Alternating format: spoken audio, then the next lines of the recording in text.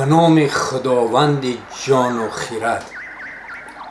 درودی گرم و جوشان ما را بپذیرید همزبانان همزمان دور و نزدیک، هواداران کلام ناب فارسی دری تاجیکی. اکنون آمدیم به گفتار 42 شاهنامه بیزوال حکیم ابوالقاسم فردوسی، داستان گریختن سلم و کشته شدن او به دست منوچهر. چو کشته شد پشت خاور خدای، شکسته شد و دیگر نه آمدش رای. تهی شد ز کینه سر کینه دار، گریزان همه رفت سوی حصار. چون نزدیکی ژرف دریا رسید، نشان یک چوب کشتی ندید. پس اندر سپاه منوچهر شاه، دمان و دنان برگرفتند راه. چنان شد ز بس کشته و خسته دشت، که پوینده را راه دشوار گشت. پر از خشم و پر کینه سالار نو، نشست از بر چرمه تیز رو. بیفکند برگستوان و بتاخت، به گرد سپه چرمه اندر نشاخت. رسید آنگه تنگ در شاه روم، خروشید که ای مرد بیداد شوم. بکشتی برادر ز بهر کلاه، کلاه یافتی چند پوی برا. کنون تاجت آوردم ای شاه و تخت، به بار آمد آن خسروانی درخت. ز تاج بزرگی گریزان مشو، فریدونت گاه بیاراست نو. درختی که بنشاندی آمد به بار، بیابی همکنون برش در کنار. گرش بار خار است خود کشته ای، وگر پرنیان است خود رشته ای. همه تاخت اسب اندر این گفتگوی، یکایک به تنگی رسید اندر اوی. یکی تیغ زد زود بر گردنش، بدو نیمه شد خسروانی تنش. بفرمود تا سرش برداشتند، به نیزه ببر اندر افراشتند. بماندند لشکر شگفت اندر اوی، از آن زور و آن بازوی جنگجوی. همه لشکری سلم همچون رمه، که بپراکند روزگار دمه.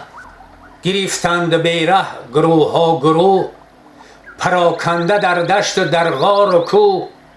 یکی پرخرد مرد پاکیزه مغز، که بودش زبان پر ز گفتار نغز. بگفتند تا زین منوچهر شاه، شود گرم و باشد زبان سپاه. بگویند که ما سر به سر کهتریم، زمین جز به فرمان تو نسپریم. گروه خداوند کشت و سرای، نبود ما بدین کینگه دستگاه.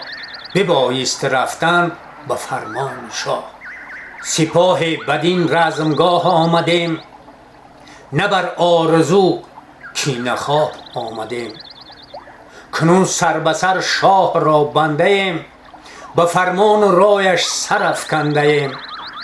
گرش رای کین است و خون ریختن، نداریم نیروی آویختن. سران یکسره پیش شاه آمدیم، همانا همه بیگناه آمدیم. براند هر آن کام که او را هواست، بر این بیگناه جان ما پادشاست. بگفت این سخن مرد بسیار هوش، سپهدار خیره بدو داد گوش. چنان داد و پاسخ که من کام خویش، به خاک افکنم برکشم نام خویش. هر آن چیز کان نه از ره ایزدی است، همه راه اهریمن است و بدی است. سراسر ز دیدار من دور باد، بدی را تنی دیو رنجور باد. شما گر همه کینه دار منید، وگر دوست دارید و یاری منید. چو پیروزگر دادمان دستگاه، گنهگار شد رسته با بیگناه. کنون روزی داد است و بیداد شد، سران را سر از کشتن آزاد شد. همان مهر جویید و افسون کنید، ز تن آلتی جنگ بیرون کنید. خیرتمند باشید و پاکیزه دین، از آفت همه پاک و بیرون ز کین. به جایی که تان هست آباد بوم، اگر تور اگر چین اگر مرز روم. همه نیکویی بادتان پایگاه، همه نیکویی بادتان پایگاه، بر روشن روای بادتان جایگاه. همه مهتران خواندند آفرین، بر آن نامور مهتری راستین. خروش برآمد ز پرده سرای، کی پهلوانان فرخنده رای. از این پس به خیره مریزید خون، که بختی جفا پیشگان شد نگون. وز آن پس همه جنگ جویان چین، یکایک نهادند سر بر زمین. همه آلتی لشکر و ساز جنگ، ببردند نزدیکی پوری پشنگ. برفتند پیشش گروه ها گروه، یکی توده کردند برسان کو.